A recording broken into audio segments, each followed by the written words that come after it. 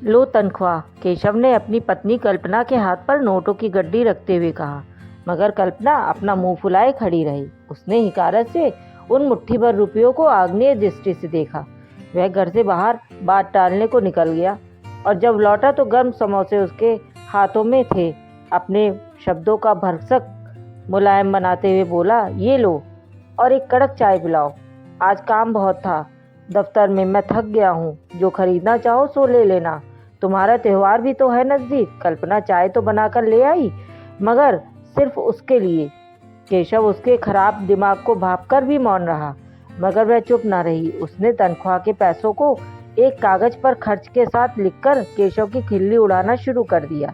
जनाब, ऐसे खरीदी करने को कह रहे हैं जाने कारू का खजाना धर रहे हों मेरे हाथ में।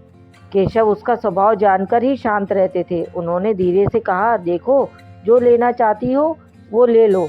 2,500-3 हजार रुपये से ज़्यादा न खर्चना।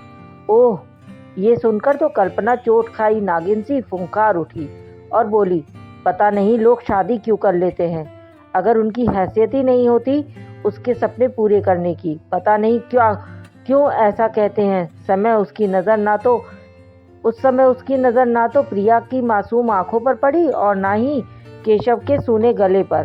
केशव ने धीरे से कहा, कल्पू, प्रिया सुन रही है तो सुने ना। उसका भाग्य भी यही है। अच्छा है, उसे आदत रहेगी। हर त्योहार गिलस्कर सिसक्कर करना ही मेरी नियति है। और औरतों को देखो, बाजार करते करते सांस फूल जाती है। एक मैं हूँ जिसे पति के नाम पर मिट्टी का माधव मिला है। तैयार हो तो बला से, ना तैयार हो तो बला से। अरे तुम्हें जितना मांगती हो दे तो देता हूँ, केशव ने बात संभालते हुए कहा।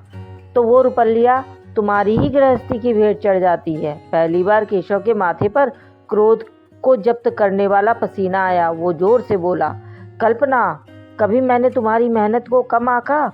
जो तुम मेरी कमाई को बढ़ती बच्ची के सामने जलील कर रही हो। तो क्या करूं?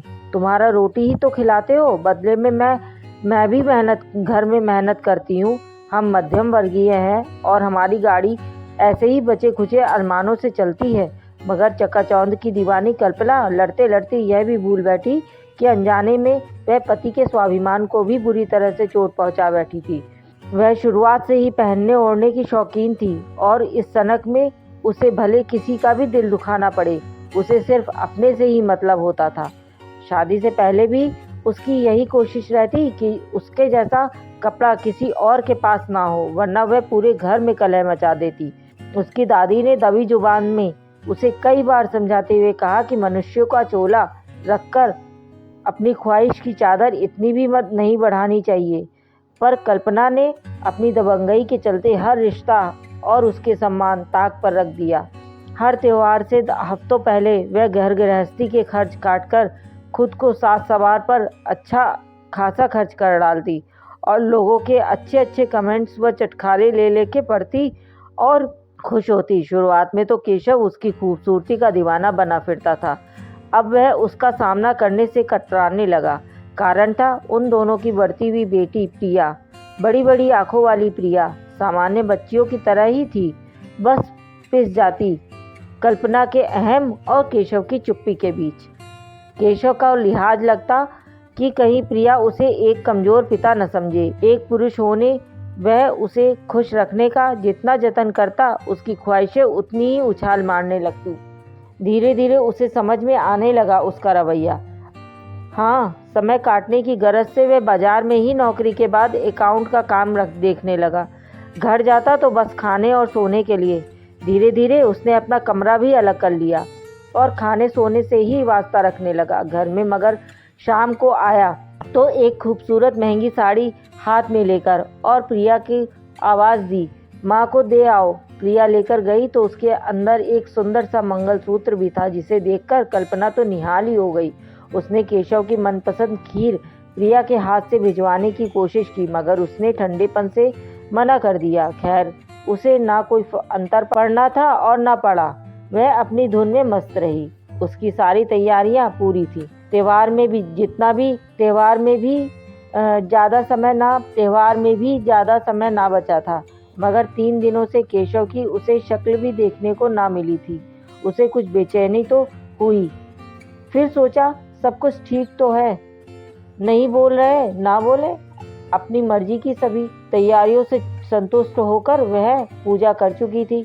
पर आज केशव को तो देर भी हो गई थी घर लौटने में। अब उसे बुरी तरह घबराहट होने लगी।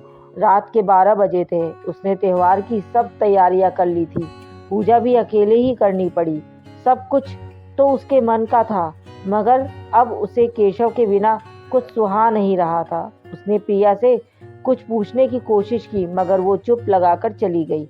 घर वालों ने भी उसे कुछ नहीं कहा। बस उसे कुछ ऐसा लगा कि सब उससे कुछ छुपा रहे हैं।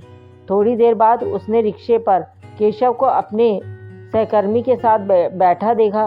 वो सहम कर उधर दौड़ी तो उसने इशारे से उसे मना कर प्रिया को बुलाया और दवा देते हुए कहा, इन्हें परेशानी थी आंखों में और सड़क पार करते समय एक्सीडेंट हुआ था और बेहोश हो गए, पर भाभी को बताने को मना किया था। ड्रिप चढ़ी है और कोशिश करना कि तनाव ना हो।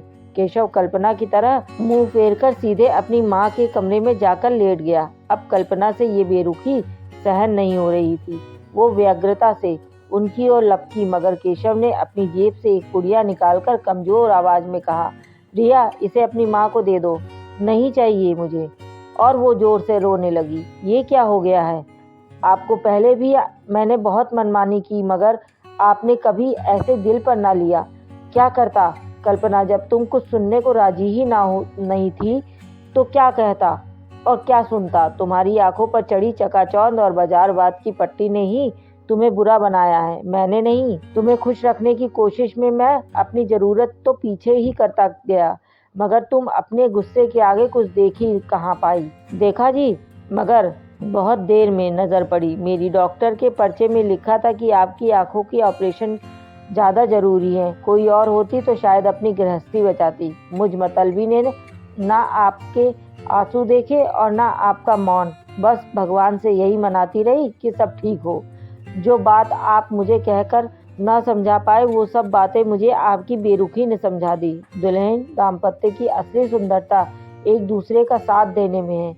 ये सिंदूर का नाता तुम दोनों के मध्य एक दूसरे की सुरक्षा है। केशव की माँ ने कहा, तुम घर में हो तो ये बेफिक्र है और ये ठीक है तो तुम सुरक्षित हो। ये लाल रंग ना हो तो सब फीका है। देख तो रही हो मुझे। और कल्पना ने सहम कर कहा, अम्मा जी और पापा, मुझे मेरी नादानी के लिए माफ़ कर दीजिए। सच्चे दिल से मैं शर्मिंदा हूँ और मुझे हो सके तो तू भी माफ़ कर दे प्रिया, क्योंकि एक माँ सब बर्दाश्त कर सकती है, अपनी संतान की नज़र में गिरना नहीं। मम्मी मुझे पता था कि आप दिल की बुरी नहीं हो, वो धीरे से बोली। तब तक उसकी दादी ने कहा, अरे लाडो, जाकर एक प्लेट में मिठाई ला, तेरी माँ के लिए कुछ अच्छा हो तो मीठा खा लेना चाहिए। और प्लेट मेज पर रखकर दोनों बाहर निकल गए। अब कमरे में केशव और कल्पना अकेले थे। उसने हाथ जोड़कर कहा, सुनिए जी, माफ़ कर दीजिए मुझे। समझ में आ गया है कि मेरा असली गहना सिर्फ आप हो, मेरा सिंदूर। पता है, अकेले पूजा करते समय सब था मेरे पास और सब बेकार लग रहा था आपके बिना। लग रहा था बस किसी तरह आपको देखूं तो सुकून पाऊं। मन में बड़े बुरे ख्याल आ रहे थे कि आप सकुशल हों। अब कभी जिद नहीं करूंगी। कोई बात नहीं, जब जागो तब सवेरा। मुझे पता था कि देर सवेर तुम भी समझोगी ही। लज्जित कल्पना की समझ में नहीं आ रहा था कि प्रिया अपनी बेटी से वो किस तरह नज़र मिलाए। कल्पना, जिद करना गलत नहीं, मगर परिस्थितियों को समझकर काम करने के परिणाम बुरे होते हैं। तुम्हें खुश रखना मेरा फर्ज है। हाँ जी। सब कुछ घर सकुशल आते ही सिंदूर की लाली पूरे घर में दौड़ गई है, सुरक्षा चक्र की तरह।